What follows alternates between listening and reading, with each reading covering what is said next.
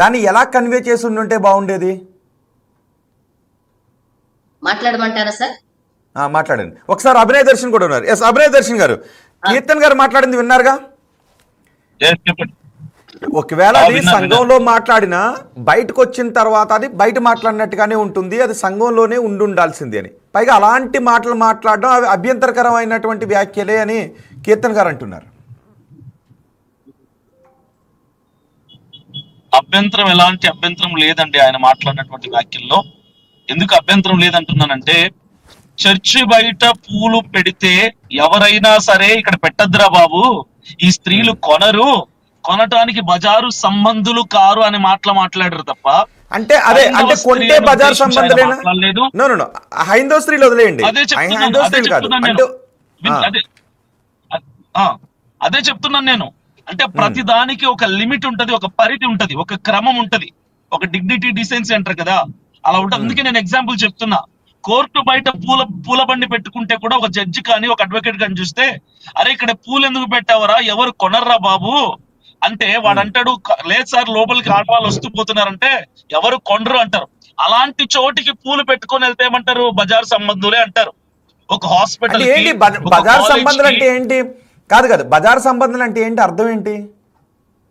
Common sense లేకుండా behave చేస్తే పురుషుడైనా స్త్రీనైనా బజారు సంబంధి అంటే మితిమీరినటువంటి ప్రవర్తన, విచ్చలవిడితనం అంటారు.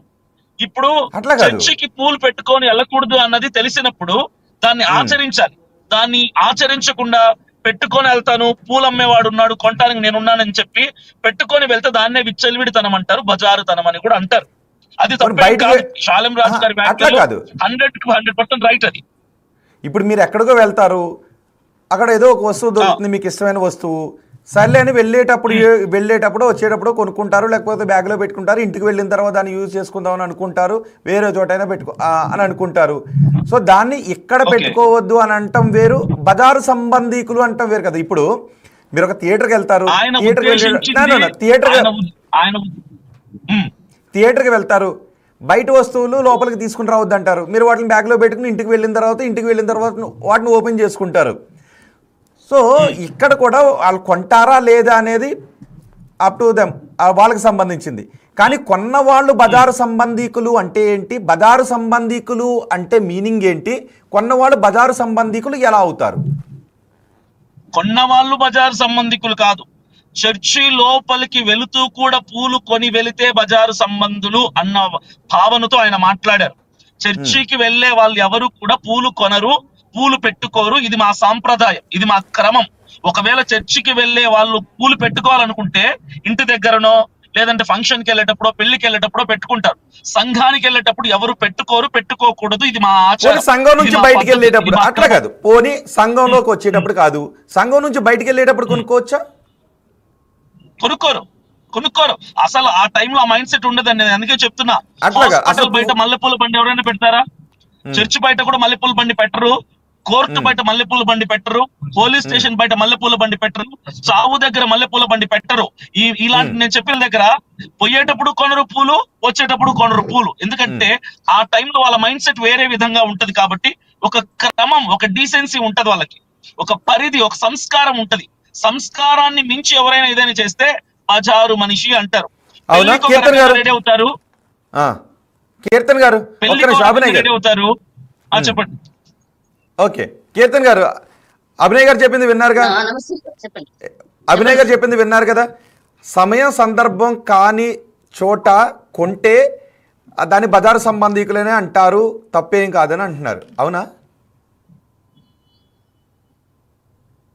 సమయం సందర్భం లేకుండా పువ్వులు కొంటే చర్చి నుంచి బయటకు వచ్చేటప్పుడు కొనకూడదు, అదొక కట్టుబాటు అని అభినయ్ దర్శన్ గారు మాట్లాడుతున్నారు.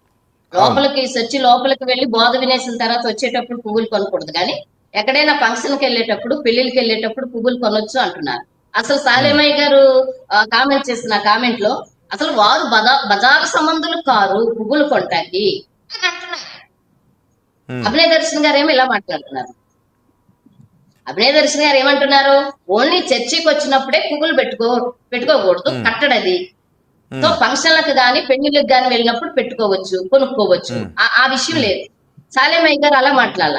అసలు వాళ్ళు పువ్వులే కొనరా బాబు, వాళ్ళు ఎందుకు కొంటారు? పరిశుద్ధాత్మ సంబంధించిన వాళ్ళు, రక్తంలో కడగబడిన వాళ్ళు, యేసుక్రీస్తు ప్రభు. ఇప్పుడు యేసుక్రీస్తు ప్రభుల వారు రక్తంలో కడగబడిన వారు, పరిశుద్ధాత్మ సంబంధులు ఎప్పుడూ పెట్టుకోకూడదు. మరి అభినయ దర్శన్ గారేమో ఫంక్షన్లకు వెళ్ళినా పెళ్లిళ్ళకి వెళ్ళినా వాటిని ఆహ్వానించవచ్చు. సో మిగతా టైంలో అంటే చర్చికి వెళ్ళి లోపలికి మరి ఆ వ్యాఖ్యానము అభినయ అవును, ఒకసారి విందాం, ఒకసారి మళ్ళీ ప్లే చేద్దాం. అభినయ్ గారు, కీర్తన్ గారు చెప్పండి. ఒకటి నేను చెప్తున్నాను. షాలేం రాజు గారు పెంతికోస్తల్ బ్యాక్గ్రౌండ్, పెంతికోస్తల్ సంఘం అయింది. ఆ పెంతికోస్తల్ ఆచారం ఏంటంటే ఆ సంఘానికి వచ్చినప్పుడు వాళ్ళు పూలు పెట్టుకోరు, వాళ్ళు ఫంక్షన్లకు వెళ్ళేటప్పుడు పూలు పెట్టుకోరు. ఎవరైతే ఆయన సంఘములో వాక్యం వినటానికి వస్తున్నారో వాళ్ళు ఎవరు కూడా ఏ సందర్భంలో కూడా పూలు పెట్టుకోరు. అది పెంటికోస్టల్ బ్యాక్గ్రౌండ్ యొక్క సిద్ధాంతం, ఆచారం, అది ఆ కట్టుబాటు. అది అని మరి ఎక్కడ కూడా చేయరు, పూలు కూడా పెట్టుకోరు. నేను అంటుంది ఏంటంటే మిగిలిన డినామినేషన్ క్రైస్తవులు ఎవరైతే ఉన్నారో వాళ్ళు కూడా చర్చిలో పెట్టుకోరు. బయట ఎక్కడైనా పెట్టుకుంటారేమో ఫంక్షన్లకు వెళ్ళేటప్పుడు, పెళ్లిళ్ళకి వెళ్ళేటప్పుడు, కానీ చర్చిలో మాత్రం పెట్టుకోరు. చర్చికి వెళ్ళేటప్పుడు కానీ బయటికి వచ్చేటప్పుడు కానీ కొనరు, పెట్టుకోరు. బజారు సంబంధులు కారు, పరిశుద్ధాత్మ సంబంధులు. ఆయన ఎందుకు పర్టికులర్ గా మాట వాడే? ప్రతి దానికి ఒక క్రమం ఉంటది. ఆ క్రమానికి మించి ప్రవర్తించడానికి మా వాళ్ళు బజారు సంబంధులు కాదు అన్నటువంటి భావనతో ఆయన మాట్లాడారు. అందులో ఏ తప్పు లేదు, 0.1% కూడా తప్పు లేదు అందులో. కీర్తన్ గారు సార్, అభినయ్ చెప్పిన ఇంటర్ప్రిటేషన్ చూశారు కదా. సో చర్చికి వెళ్ళేటప్పుడు, చర్చ్ నుంచి బయటకు వచ్చేటప్పుడు కొనరు. బజారు సంబంధీకులు అన్న అర్థాన్ని మీరు వేరే వక్ర భాషని చెప్తున్నారు తప్ప ఆయన ఉద్దేశం బజారు సంబంధీకులు అంటే మీరు అనుకుంటున్నది కాదు అని చెప్తున్నారు. అసలు బజారు సంబంధీకులు అంటే ఏంటండి? ఒక అభినయ్ గారు, ఆయన అన్న మాటలో బజారు సంబంధీకులు అంటే ఏంటి? కామన్ సెన్స్ లేకుండా ప్రవర్తిస్తే, ఇప్పుడు నేను ఒకటి చెప్తాను చూడండి. పూలు పవిత్రమైనవి అని దేవి గారు ఎక్కడో మాట్లాడితే విన్నాను ఒక ఇంటర్వ్యూలో, కరుణాకర్ సుగుణ అనే వాడితో. పువ్వులు పవిత్రమైనవి, కోర్టుకు వెళ్ళేటప్పుడు పువ్వులు పెట్టుకొని వెళ్తే జడ్జి అప్రిషియేట్ చేస్తారా? చెప్పండి. పువ్వులు పెట్టుకుని రావద్దని ఎవరు అనరే సార్, కోర్టు విషయంగానే అది మనం మాట్లాడుకోవద్దు. పెట్టుకొని వెళ్ళారనుకోండి ఎలా ఉంటది? వెళ్ళొచ్చా? పెట్టుకుని రావద్దని అనరు, రాజ్యాంగపరమైన హక్కు. మనకు కామన్ సెన్స్ ఉంటది. కోర్టుకు పూలు పెట్టుకుని అగౌరవపరిచినట్టు జడ్జి గారిని. పోలీస్ స్టేషన్ కి ఏదో సమస్య మీద ఒక స్త్రీ, ఒక మహిళ కంప్లైంట్ ఇవ్వడానికి పోలీస్ స్టేషన్ కి వెళ్తే 10 మూరల తల్లో పూలు పెట్టుకొని, మల్లె పూలు పెట్టుకొని పోలీస్ స్టేషన్ కి వెళ్తే పోలీసు వాళ్ళు ఆవిడని ఎలా ట్రీట్ చేస్తారు మీరు చెప్పండి? అంటే అదర్వైజ్ ఏమైనా ట్రీట్ చేస్తే పోలీసులు సస్పెండ్ అయిపోతారు. ఒకవేళ ఇంకొక రకంగా ట్రీట్ చేస్తే పోలీసులు సస్పెండ్ అయిపోతారు. అవుతారు, అది పక్కన పెట్టండి. ఏదైనా స్త్రీ వెళ్తాదా పూలు పెట్టుకొని పోలీస్ స్టేషన్ కి?